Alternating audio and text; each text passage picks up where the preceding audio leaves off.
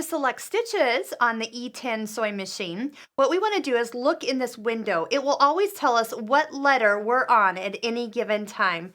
So as we start with A, that is this straight stitch with the needle in the center needle position.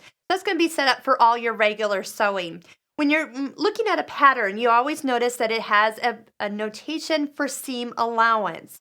You do want to always be on A because then as you measure and look at the lines that are on your machine, the throat plate here, they are noted for 1/2 inch or 5/8. So if you have a pattern that's got a 5/8 inch seam allowance, sink the needle down, measure out to that distance, and find which line to actually follow for that particular pattern. Every pattern has a different one, so make sure you don't assume from one pattern to the other that that's all the same. So then I can use the line along here and follow along. But that's always noted from the needle in the center needle position. So when we have our machine set up for stitch length, usually you're somewhere in the 2.5 range. That is a nice stitch length for most fabrics. So as you lower down your presser foot, you can kind of take a look as you stitch, you can make this longer for thicker fabrics and shorter, so back down to 2 or less for finer fabrics. That's going to hold those together nicely. Again, if you're stopped, make sure that you bring the needle all the way out of the fabric before you change to other stitches.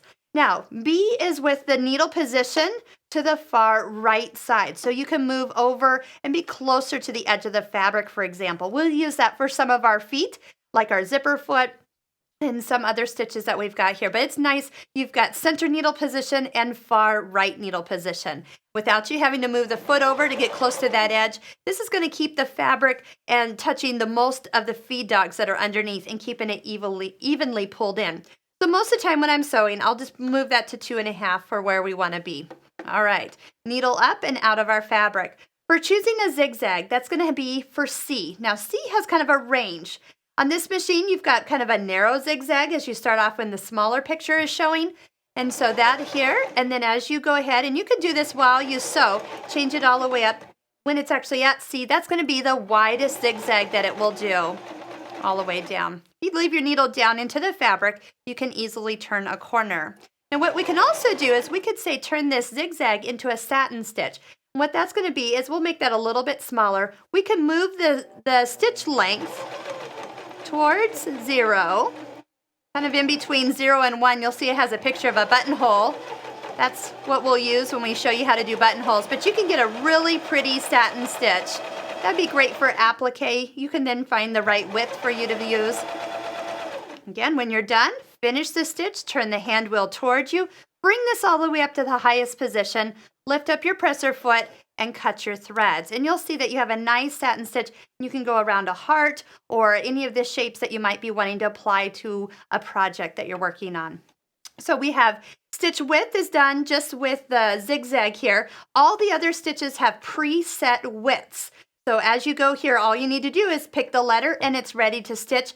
Set the stitch length to where you need it to be. You might adjust that as needed based on your fabrics. Now for your second row of stitches, you'll notice you have A through J, and that decorative stitch is so fun there. And then you have these stitches that are noted as S1. S is for stretch stitches. Now to get to these stitches, I'm going to go ahead and turn this all the way back to A. And then on your top here, you can take your stitch length knob and turn it towards 0 and then go past 0. And it will switch all the way over to the S1 stitches. These stitches are all preset for their length as well as width. So all you need to do is set them up and ready to stitch. And we'll go through some of these stitches with specific samples in future videos. So watch for those.